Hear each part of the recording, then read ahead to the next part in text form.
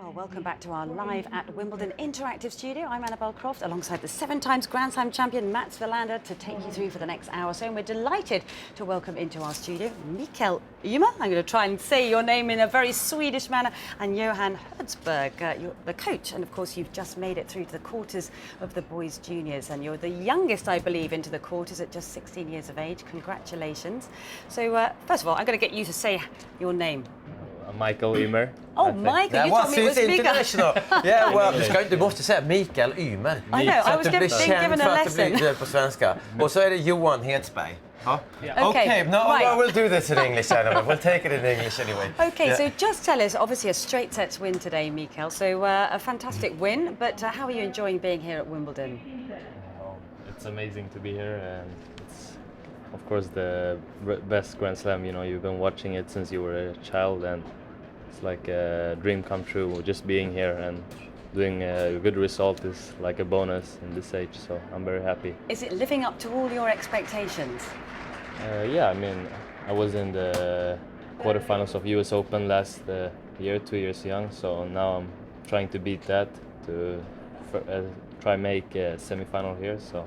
But how about playing at Wimbledon? Because I remember watching Björn Borg, and it was nearly like, is this the museum or is it a tennis? Is it a tennis club? Do you feel that everything is so perfect? Yeah, of course, everything is so beautiful, and I just try to play my game on court and not try to pay too much attention to what's off court. And yeah, but it's really nice to be here. Such a beautiful club. Yeah, it is absolutely beautiful, especially when you compare it to all the other Grand Slams. They're all so different, aren't they? But just tell us about your game, what sort of player you are, and what are your strengths and weaknesses, and what worked well today? Well, I would say I play a little bit like Matt, try to get every ball back, try to have that mentality. Boring. I have a very good backhand, Yeah. and good improving forehand, improving my serve too, but I'd say a very good backhand and solid from the baseline. Yeah, well, let's talk to Johan here. So you've been coaching Mikael for quite a while. Yeah. So you must be very proud today with the progress that he's making. Yeah, for sure. What's he like as a pupil? Very good. Of course, very good. He want to learn all the time and very eager to watching a lot of tennis by himself and ask questions on the court, which is doing it so much easier for me when I get questions about why do you think I should do this and that and so on. So yeah. So. And how much does he train? I mean, I know you're at the Great to Good Academy, aren't you? So how many hours a day are you both putting in, and how much do you separate what you actually do on the court? Because every player that's come here to the studio with Mats and myself has talked so much about the other stuff that goes into being a professional tennis player, and how much time has to be dedicated to that as well. Me or Mikael? Both of you can say. Yeah. You can start, Johan. Yeah, a little bit depends on the day and everything. Not the same all the time, but nowadays I think they do so much fitness. So and it's the same for Mikael. He do a lot of fitness too as well, to be in good shape and trying to avoid injuries. And we all see how Novak and these guys moving, and of course realize that will be important in the future too. Yeah. So. And how? Oh, go on, Mats. No, but the philosophy of the Good to Great Academy. Of course, we know that Magnus Norman, I think he was the founder. Yeah, and he's coaching Stan Wawrinka, of course. What's the philosophy? Obviously, good to great. That says it all. But what's the philosophy of to work harder than the other players? Because Magnus Norman, I think, most probably worked harder than any other person that's most probably ever played the game. So is there a philosophy of it? The philosophy that we're trying to do, maybe not harder, but more clever, more effective, because we understand everybody works so hard nowadays. Everybody puts in loads of hours, so more trying to work more effective, I would say. Yeah, so how do you work more effectively then? Yeah, how do you do that? That's you don't know the answer until you see the results. So. Yeah.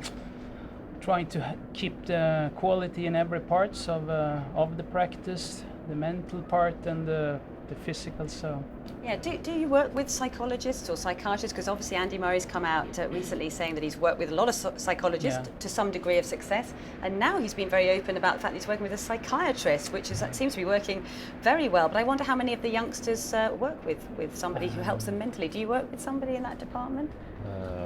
Not really. I No. mean, I just I work in a way where I watch a lot of tennis, like Johan said, on internet, and I try to see how the big players play their points on, like, when they break point down. I try to learn from that, because I think it's, at least for me, too much to go to just talk to I don't think I need that, not yet maybe. When you Yeah. come to a bigger stage, when you're close to winning a Grand Slam and you can't finish, that's maybe a thing you want to do. But in my age, it's enough just to watch how the older players do it. Yeah, definitely don't need it, that's for sure. But what you have is a bigger brother, Elias, and he is starting to do very well.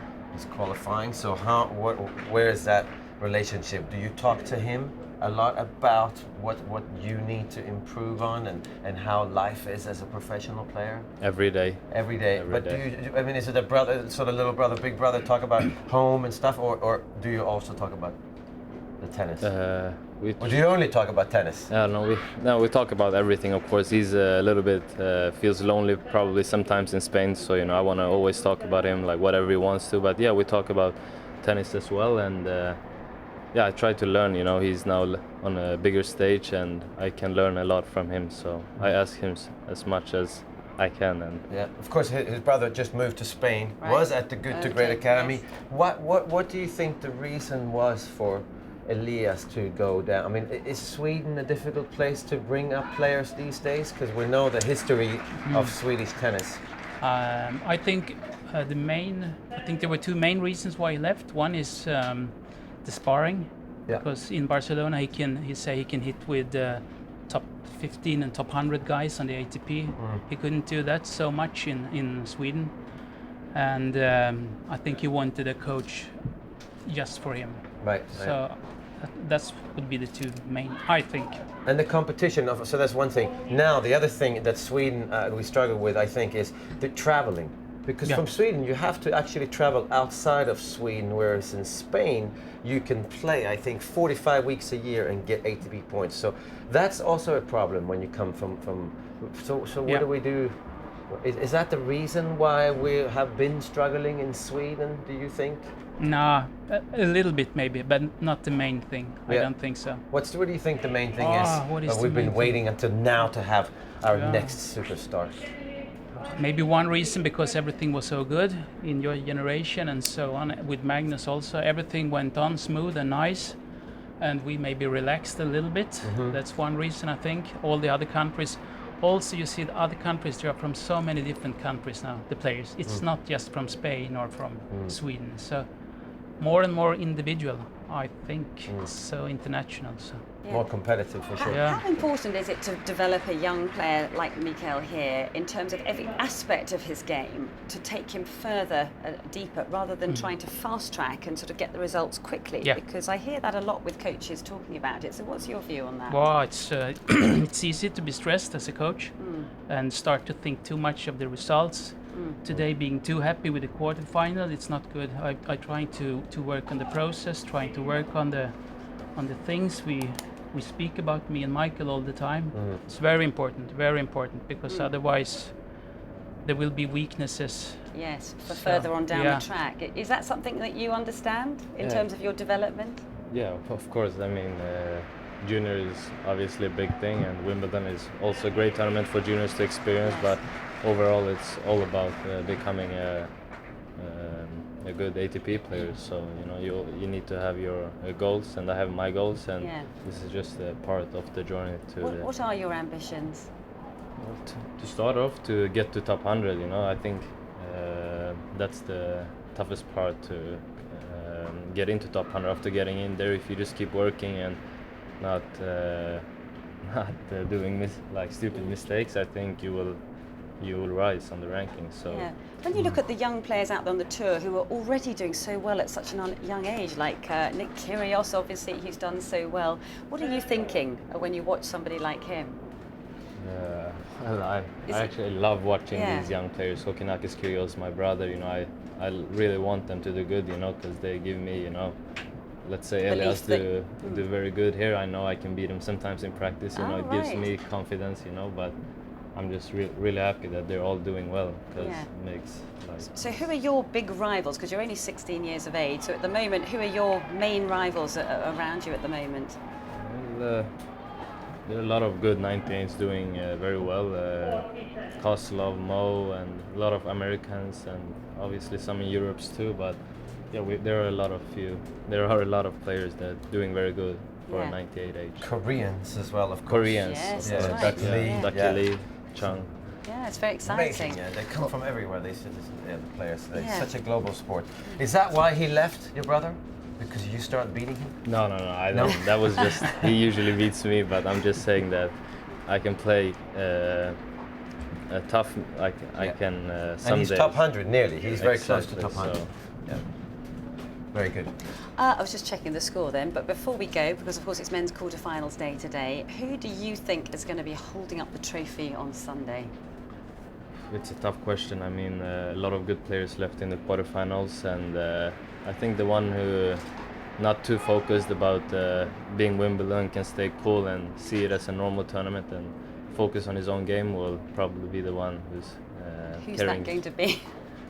It's tough to say. Yeah, you know, it's like a very hopefully hard it's me, question. but I mean I can't say who. Okay. On the men's side, what do you think, Johan? Is it a player that has a Swedish coach, maybe? Yeah, I think. That's a good call. Okay. That's a good call. That's That's 3 chances then. Fantastic. All right. Well, thank you so much for coming to see us, and we really look forward to watching you grow and develop as a player. And of course, you're in action again tomorrow Yeah, I'm in the playing tomorrow. quarterfinals. Well, we Yes. wish you the very best of luck. Thank you very much. Thank you for coming to see us. Thank you. Like that. Okay, it's time now to go out and about and catch up with Adam.